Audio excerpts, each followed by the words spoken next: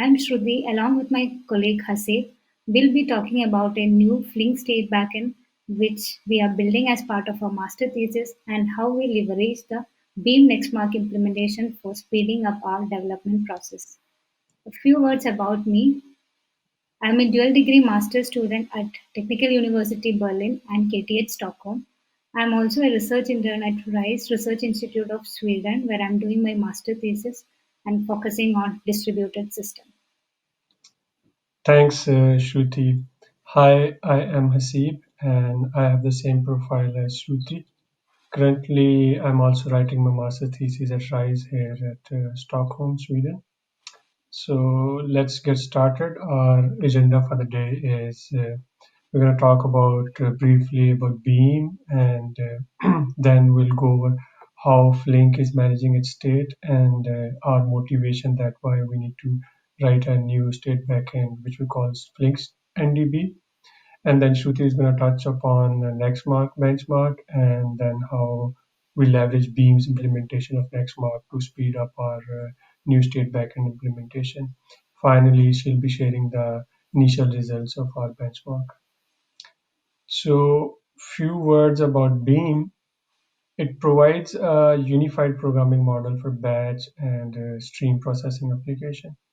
You can write programs in any programming language of your choice, and it does support translation of your Beam programs or pipelines into different stream processing engines. And you can use any of those to run your application. Some of the major ones are Google Cloud Data Flow, Apache Flink, Apache Spark, and there are a couple of more actually. And also talking about stateful data processing, generally we have two types of data processing. It's like stateless and stateful. So some operations are stateless. That it means when you process a record, you once you process it, you forget about it. And think about a bank teller that when he processes a stream of customers one at a time, once he processes a customer, he forgets about him, and there is no dependency in between different customers. On the other hand, a stateful operation is where we are maintaining some sort of state for the different event that has happened in the past, and based on the results of the previous events, information coming for the future event, it will impact those events. For example, if we are interviewing candidates for a job, we have a stream of different people coming for the interviews. But for the future candidates, the results of the previous candidate will impact whether we will interview them or not if the previous candidate got hired. So in today's day and age, most of the stream processing engines support stateful data processing. Among all the Beam runners, our project is more focused towards the Flink. So I'll quickly go over the Flink state management. Flink API support different type of state state data structure for key stream. Major ones are like value state, list state, and map state. And all of these state values are stored into something called applications state backend. So currently Flink has three state backends to store the application state information. First one is memory state backend where everything is stored in task managers heap memory. And on checkpointing, it is moved to the job manager's memory, but it is not reliant because if a process crashes, the whole state will be lost. On the second one is like file system backend, which is similar to the memory state backend, but the only difference is that on checkpointing, it stores the state to the persistent file storage system. Finally, the third one is RocksDB state backend, which is most commonly used. And it does use RocksDB as the state backend and to store the state. It's an embedded state database actually. All of this will work perfectly fine until we need to reconfigure our cluster or scale in and out our configuration. If we look at the diagram here on the right, that if we have a stateless streaming and we have a two node cluster, if we have to scale in and out, it should not be a problem. We can do it and without any trouble. But if we are doing a stateful streaming actually, and again we have a two node cluster with RocksDB as a state backend, each node, each compute node will have an instance of RocksDB. And if we have to scale it out, we have to move that state from individual compute node to a distributed file system, then scale out our cluster, and then redistribute the whole state onto the newly configured cluster actually, which adds a lot of configuration delays. So to overcome these kind of challenges, we have developed a new state backend where we have externalized the state from the compute nodes to a central database with an additional layer of caching in between. And we chose NDB as our central database to store the state. NDB or network database is an in-memory, highly available storage engine. It is widely used in the telecom industry, but mostly known as MySQL clusters, since it is used by MySQL as an underlying storage engine while running in the cluster mode. As it is in-memory database, it provides very high read and write throughput. On top of that, we have tried to leverage the primary key access and the partition group functionality of NDB while mapping it to the key group partitioning in the Flink to have the best of both worlds. Let's quickly go over the architecture of both of the state backends and see how they compare. So starting with the RocksDB. RocksDB is a key value store that is organized as a log structure merge tree, simply said LSM tree.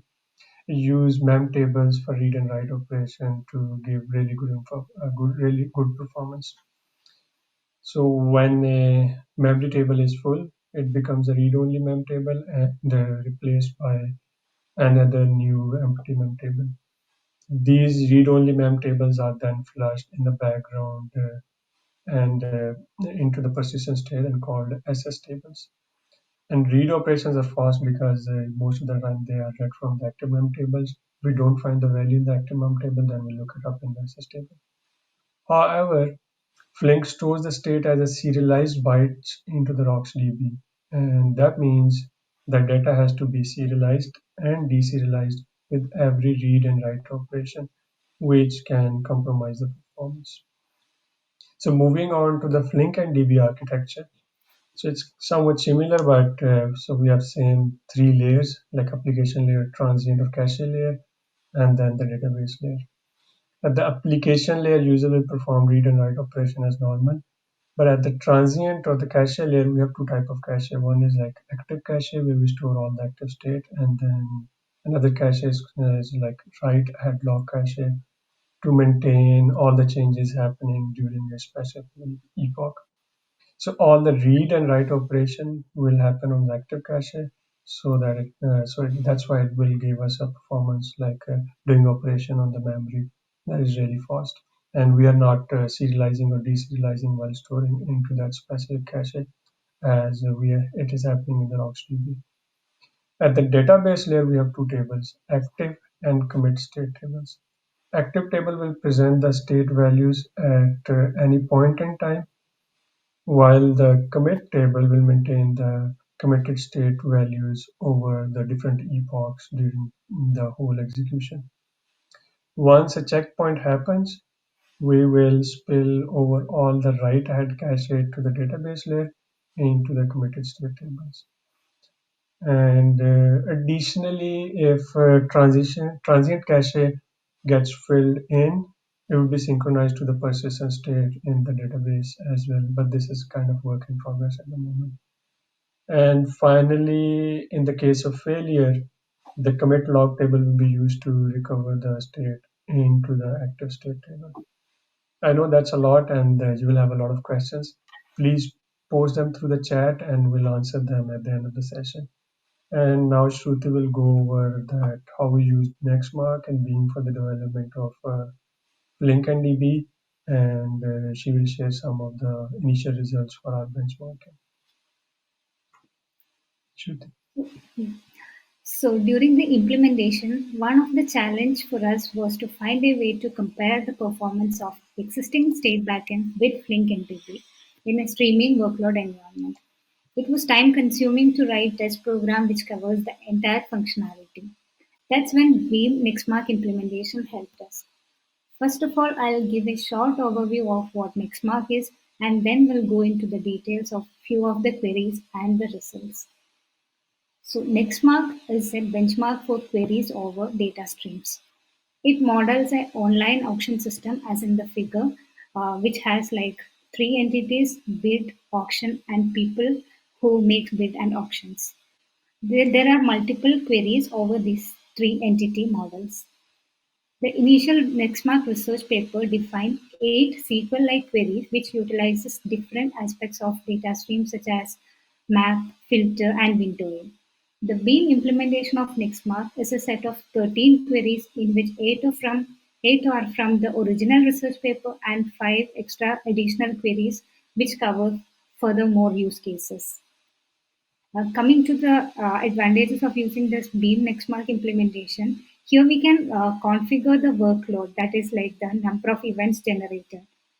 Events are like the number of bids, number of auctions, and number of people participating in this overall online auction system.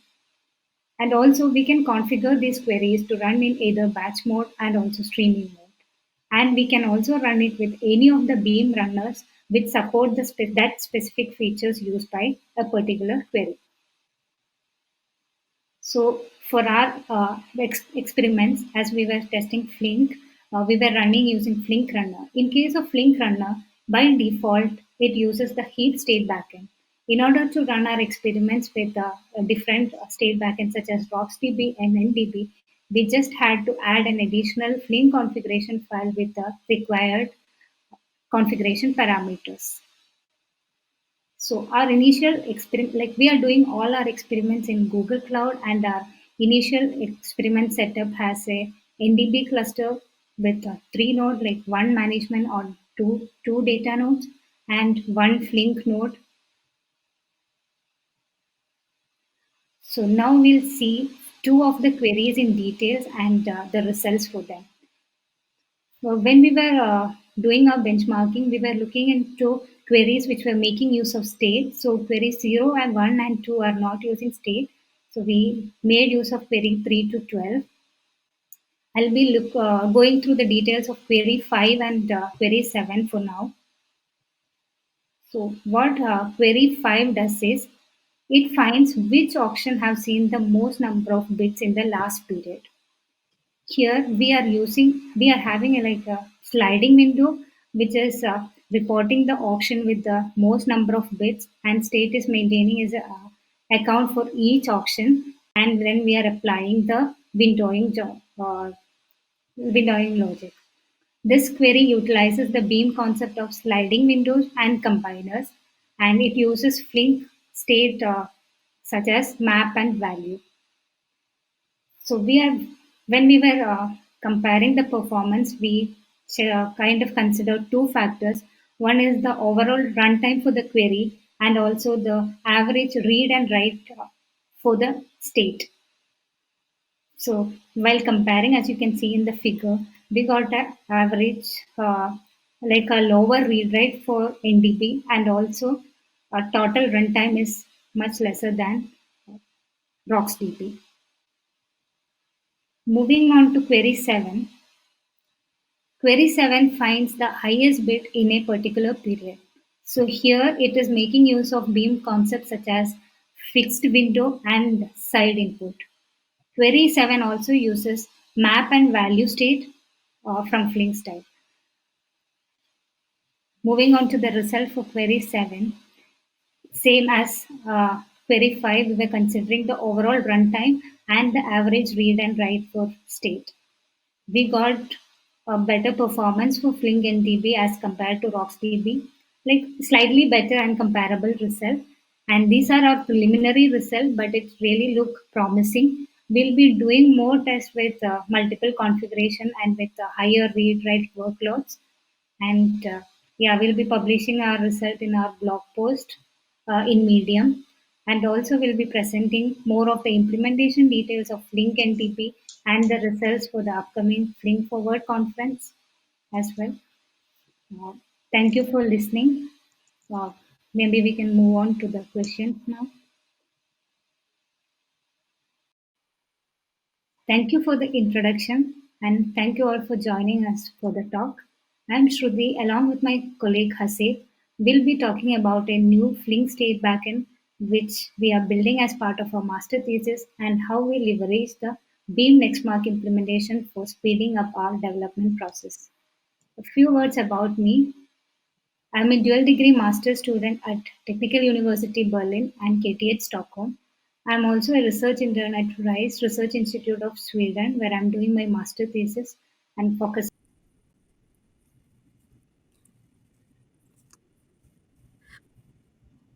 All right, what a great talk. Thank you both so much. We do have one question so far, so if you have any other questions, you can continue to put them in either the Slack group or in the Crowdcast. And the first question is, do we serialize the values when they are stored in Cache? Yeah, it's a really good question. Actually, that's the thing that makes the difference between both of the state backends. So, what happens with the RocksDB state backend, as I said in the in this on the slides earlier, that when we are storing the values in the RocksDB cache, we are serializing and deserializing the value. But when we are storing with the values in the Flink and DB, we are not serializing and deserializing. We are just storing the raw values into the cache. So in the RocksDB, that kind of compromises performance a bit because whenever we are reading or writing, we are serializing and then deserializing. But with Flink and DB, we are just reading the raw values from the memory, which is like reading from the memory. So that gives us a really good performance. Awesome, thank you. And does anyone else have any more questions? Yeah, sure. Maybe if you guys have more questions, you can post on the chat. But a little more about the Flink and DB. Right now, we have built the initial architecture where we're storing the state itself. The next part where we just integrated the Flink and DB to store the cache and then do the snapshotting and the recovery. But the part right now we're working on is like we integrate the cache in between as well, so that when we're doing the recovery and the snapshotting is using the cache at that time as well. This is kind of a work in progress at the moment, and hopefully we'll have all these implementation complete by our next talk, which we're going to present in Flink Forward in October. So stay tuned for that talk and for all the good results. And don't forget to follow us on our blog actually, because we're gonna post a lot of results and benchmarking results on that blog as well. Do we have any questions or